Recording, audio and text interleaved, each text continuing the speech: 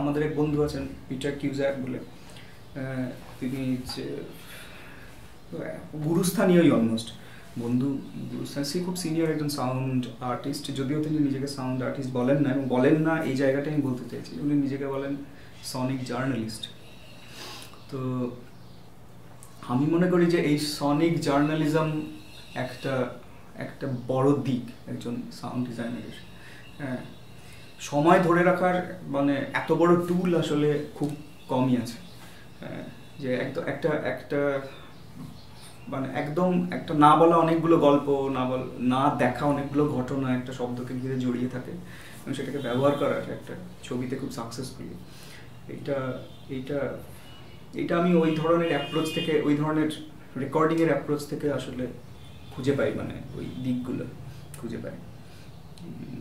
কারণ এমনিতে যারা শব্দ নিয়েই শুধু কাজ করেন, সাউন্ড ছাড়া, বলছি ছবি ছাড়া, তাদের অনেক সিনেমার সাউন্ড না, জেনারেলি সাউন্ড নিয়েই যারা কাজ করেন, এই পিটারের মতো লোকজন যাদের সাবজেক্ট হচ্ছে জাস্ট সাউন্ড, তারা রেকর্ড করেন, সেটাকে নানাভাবে ডিসামিনেট করেন, সেগুলো নিয়ে লেখেন, সেগুলো শোনানোর ব্যবস্থা করেন বিভিন্নভাবে, সেগুলো নিয়ে আর্টওয়ার্ক করেন, অনেক সময় নানাভাবে সেই সাউন্ডটাকে কাজে লাগান।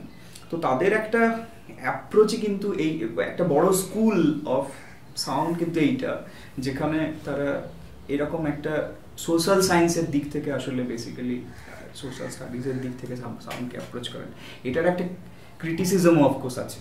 হ্যাঁ, অনেকেই মনে করে যে সাউন্ডকে আসলে এই সোশ্যাল স্টাডিজের দিক থেকে অ্যাপ্রোচ করা উচিত না সাউন্ড, কারণ তারা মনে করে যে sound as a pure sound সেটাকে দেখা উচিত।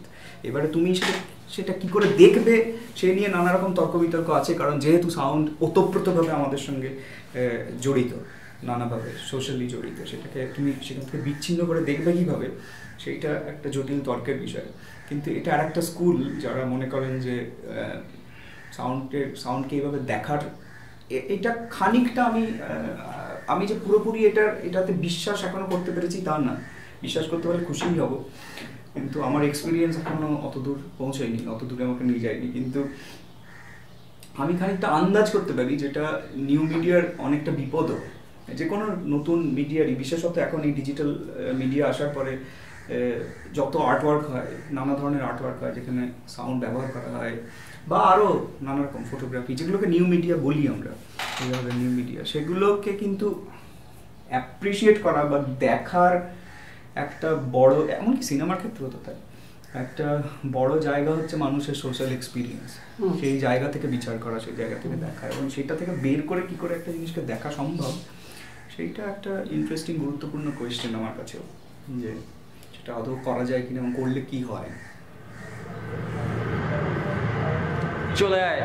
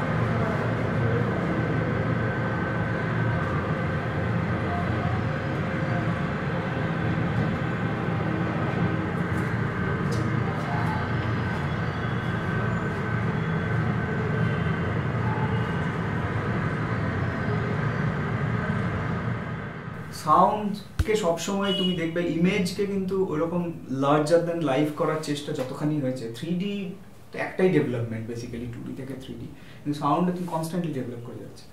সাউন্ডে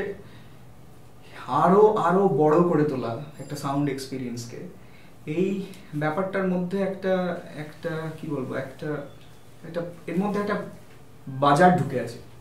হ্যাঁ, আমি স্পেকটাকেল বলতে আসলে সেইটাকেই অ্যাড্রেস করতে চেয়েছি, যে এইটা অনেক সময় আমরা ডিসেমিনেট করছি যখন একটা সাউন্ডকে, আমরা এই জায়গাটা থেকে অনেক সময় বেরোতেও পারি না।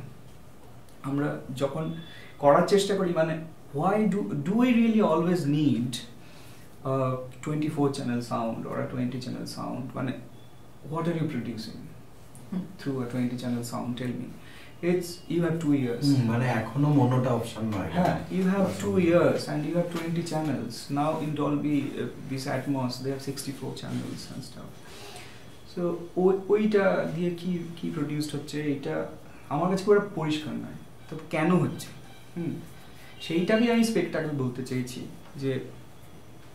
যে এইটার আমার মনে হয় যে এইটাকে একভাবে একটু রোধ করারও কোথাও দরকার আছে, যে লিসনিংটা সবসময় অত বড় করে না করলেও চলে।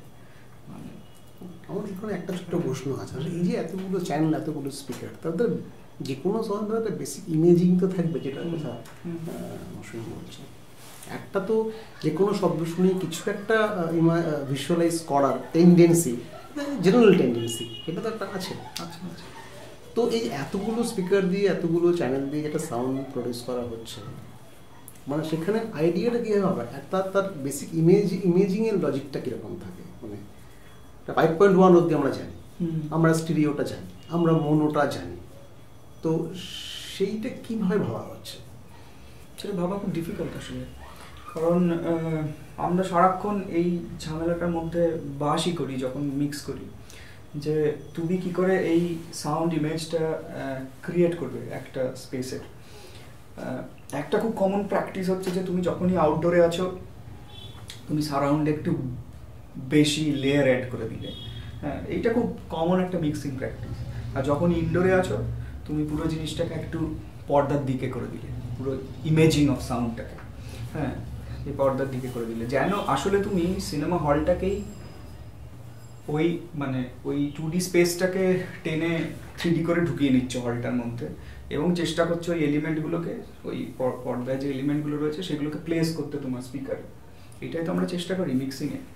তো সেইটার অনেক লজিক্যাল গন্ডগোল আছে, মানে সেইটা খুব সোজাসুজি লজিক্যাল গন্ডগোল অনেক আছে। মানে গাড়ির খুব খুব কমন ডিলেমা আমার, একটা গাড়ির প্যানিং, ঠিক আছে, একটা গাড়ি, হ্যাঁ, যদি একটাই শট হয় কোনো ঝামেলা নেই, যে একটা গাড়ি ধরো দেখা গেল একটা খালি ফ্রেম, একটু পরে একটা গাড়ি বাঁদিক থেকে, মানে বাঁদিকে ঢুকে ডান দিকে বেরিয়ে গেল।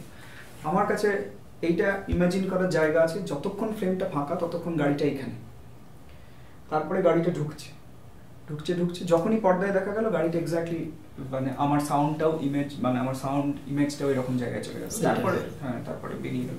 এই যে একটা ইমেজিং হলো, এইটা স্ট্রেট ফরওয়ার্ড, মানে এইটা ঝামেলা অত নেই। কিন্তু আমি যদি কাটি শটটা, কেটে এমন একটা অ্যাঙ্গেলে যাই যেখানে আমার প্যানিংটা, আর ঠিক আছে আমি সারাউন্ড থেকে শুরু করে লেফটে হয়তো ঢুকলাম, তারপরে এমন একটা কাট, যে কাটটা হয়তো যে গাড়িটা দেখছে তার পার্সপেক্টিভ থেকে, আমি প্রথমে গাড়িটাকে দেখছিলাম, হ্যাঁ, পরে হয়তো যে দেখছে তার পিছন থেকে দেখছি, হ্যাঁ, এরকম একটা জায়গায় চলে গেলাম। তখন পুরো জিনিসটা উল্টে যায়, এবং উল্টে গেলে এই যে ইমেজিংয়ের ডিলেমা, তখন তুমি কিছুতেই আর ওই গাড়িটাকে তো ওইভাবে প্যান করাতে পারবে না, অ্যাক্সেসটাই তো উল্টে গেল, হ্যাঁ, ট্যাপ করে ওটা ডান দিকে চলে গেল, বাঁ দিকে ছিল। হ্যাঁ, এই ধরনের ঝামেলা আমরা সারাক্ষণ ফেস করি, এবং সেগুলোকে একভাবে যাকে বলে মানে গোঁজামিল দিয়ে করি, সম্পূর্ণ গোঁজামিল দিয়ে হয় জিনিসটা, মানে কোনোভাবে কোনো রকম একটু দিলাম না ডান দিকে টাইপের লেভেলে খেলে দিলাম, একটু বের করে দিলাম, ডায়লগটা বাড়িয়ে কথা বলিয়ে দিলাম, নানা কিছু হলো, কোনোভাবে আমরা বেসিক্যালি সেখান থেকে রেহাই পাই এই ধরনের ডিলেমা থেকে। আর তারপরের এইটা 5.1-এও এটা ম্যানেজ করা যায়, কিন্তু যখনই তোমার চ্যানেল বেড়ে যাচ্ছে, ধরো যখনই তুমি ডলবি ইয়ে করছো, মানে কি বলে অ্যাটমসে চলে যাচ্ছ, তখন তোমার মাথার উপরে স্পিকার, মাথার উপরে অ্যারে অফ স্পিকার। এইবারে তুমি কি দেবে মাথার উপরে? সত্যি বলো, তুমি যদি একটা এই ঘরে আমরা কথা বলছি, এইটা যদি একটা ফ্রেম হয়, হ্যাঁ, আমার কথা, তোমার কথা, তার কথা, এদের কথা রয়েছে, বাইরে যে কারা হাসতে হাসতে একটু চলে গেল, ঠিক আছে, তুমি গল্পে হয়তো সেই এলিমেন্টটা আছে, তুমি তাদের হাসি দিয়ে একটু সারাউন্ডে পাস করিয়ে দিলে, তো মাথায় কি দেবে? এসি, কি দেবে তুমি? মানে ইটস অ্যাবসলিউটলি, মানে আমরা ঠিক আছে মাথার উপরে আমরা জানি যে আমরা সাউন্ডকে লোকালাইজ করি, কোনো সন্দেহ নেই, এবং সেই লোকালাইজেশনের সূত্রগুলোকে কাজে লাগিয়েই তো এই সারাউন্ড মিক্সিং ডেভেলপ করা হয়েছে যে একটা সাউন্ড, হ্যাঁ কোনো সন্দেহ নেই। কিন্তু এই লোকালাইজেশনটাই কি সাউন্ডের প্রধান, আমার মনে হয় যেটা যেটা গোলমেলে দিক এটা, সেটা হচ্ছে লোকালাইজ করাটাই কিন্তু সাউন্ডের তো প্রধান কর্তব্য না বা কাজ না। এমন অনেক, মানে আমরা যদি সারাক্ষণ লোকালাইজই করতে থাকি একটা শব্দকে, এটা বাঁ দিক থেকে এলো, এটা ডান দিক থেকে এলো, এটা পিছন থেকে এলো, এটা সামনে থেকে এলো, ওই দিকেই এনার্জিটা চলে, হ্যাঁ তাহলে তো আমার পক্ষে মানে মানে সিনেমা দেখাটা একটা পেইনফুল এক্সপিরিয়েন্সে পরিণত হবে। হ্যাঁ, যে কি করে আমি তো সেই জন্য আমরা আসলে এটাকে যদি একটা পোটেনশিয়ালি বলি আমি, যে ঠিক আছে আমার হাতে প্রচুর অস্ত্র ভান্ডার তুলে দেওয়া হয়েছে, কিন্তু আমি সেটা নিয়ে করবো কি? সেই অস্ত্র ভান্ডারকে কাজে লাগানো খুব শক্ত। আনলেস তোমার ওই যে ছবিতে এই ধরনের জিনিস থাকে যে ঠিক আছে একটা হেলিকপ্টার পেরিয়ে গেল, তুমি মাথার উপর দিয়ে পাস করালে বড় জোর, কিন্তু সেখানে ওই ধরনের ঝামেলা হবে। তোমার যদি শর্ট কাটে, হ্যাঁ হেলিকপ্টার যতক্ষণ এরকম শর্ট ছিল তুমি মাথার উপরে নয় দিলে, তারপরে যদি হেলিকপ্টারের উপর থেকে নেওয়া শর্ট হয়, নিচে তো স্পিকার নেই, তাহলে একটা দাঁড়াচ্ছে তাহলে ওই স্পিকারগুলো কি লোকালাইজ করার বাইরের সাউন্ডের সেটা কি হেল্প করতে পারে? কি ধরনের সাউন্ড তুমি, আমার কাছে খুব একটা পরিষ্কার নয় সত্যি কথা বলতে, এবং আমার ধারণা কারোর কাছেই খুব একটা পরিষ্কার এখনো পর্যন্ত নয়। মানে এটা ডেভেলপ করা হয়েছে ঠিক আছে, আমরা এইটুকু বুঝতে পারছি যে ওখানে ধরো আমরা একটা ধরো আমরা এইটুকু বুঝতে পারছি যে একটা বৃষ্টির দৃশ্য ওখানে দুর্দান্ত কাজ করবে, মাথার উপরে মেঘ ডাকবে, বৃষ্টি পড়বে, এদিকে হাওয়া বইবে, দুর্দান্ত একটা এক্সপিরিয়েন্স হবে, কোনো সন্দেহ নেই। কিন্তু তাহলে ছবিতে তোমাকে বৃষ্টির দৃশ্য রাখতে হবে, এইদিকেই যাচ্ছে ব্যাপারটা, আর কি করবে তুমি? রাখতেই হবে একটা বৃষ্টির দৃশ্য, তো পুঁজির ব্যাপারটা চলে আসছে। হ্যাঁ এক্স্যাক্টলি, আমি সেটাই বলছি, পুরো জিনিসটাই আসলে বাজার বাজার বাজার আর বাজার। এবারে সেই বাজারকে সিনেমায় আমি যতক্ষণ আমি ফিল্মের এইগুলোর মধ্যে এই পুরোটার মধ্যে কাজ করছি, তখন আমাকে এটার সঙ্গে একভাবে লড়ে যেতে হবে, সেটা ঠিক আছে। কিন্তু আমি যখন একজন সাউন্ড প্র্যাকটিশনার হিসেবে, একজন আর্ট প্র্যাকটিশনার হিসেবে সাউন্ড নিয়ে কাজ করছি, আমার মনে হয় তখন এটা একটা কর্তব্যের মধ্যেই অলমোস্ট পড়ে যে এই বাজারটাকে একটু বুঝে নেওয়া, যে ঠিক আছে মানে ইউ হ্যাভ অপশনস, তোমার 64 চ্যানেল আছে, 1000টা চ্যানেল আছে, কোনো অসুবিধা নেই, আজকাল অজস্র চ্যানেল আছে, নানা রকম সফটওয়্যার আছে যেটা দিয়ে তুমি সারাক্ষণ স্পিকারগুলোকে অ্যাক্টিভেট করাতে পারো, ডিঅ্যাক্টিভেট করাতে পারো, হাজারটা কিছু করতে পারো, তুমি সেটার মধ্যে ঢুকবে কিনা।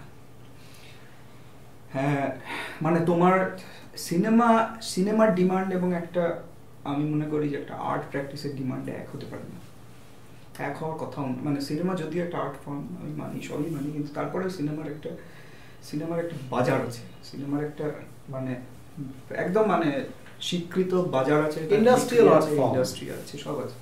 সেখানে যদি একজন সনিক জার্নালিস্ট এটা করেন, আমার মনে হয় সেখানে এই প্রশ্নটা করার দরকার আছে যে এইটা ঠিক আছে, মানে সেটা আবার এমনও না যে সেটা প্রয়োজন নেই, নিশ্চয়ই প্রয়োজন আছে কোনো কোনো ক্ষেত্রে, কিন্তু ক্রিটিক্যালি দেখাটা দরকার আছে। সিনেমায় ক্রিটিক্যালি দেখে কোনো লাভ নেই, মানে কেন অ্যাটমস এসছে এইটা নিয়ে গলা ফাটিয়ে আমি মনে করি কোনো মানেই নেই কথাটার, সিনেমার ক্ষেত্রে, ফিল্মের ক্ষেত্রে। কিন্তু একজন এই যে বললাম মানে সনিক জার্নালিজমের ক্ষেত্রে আছে।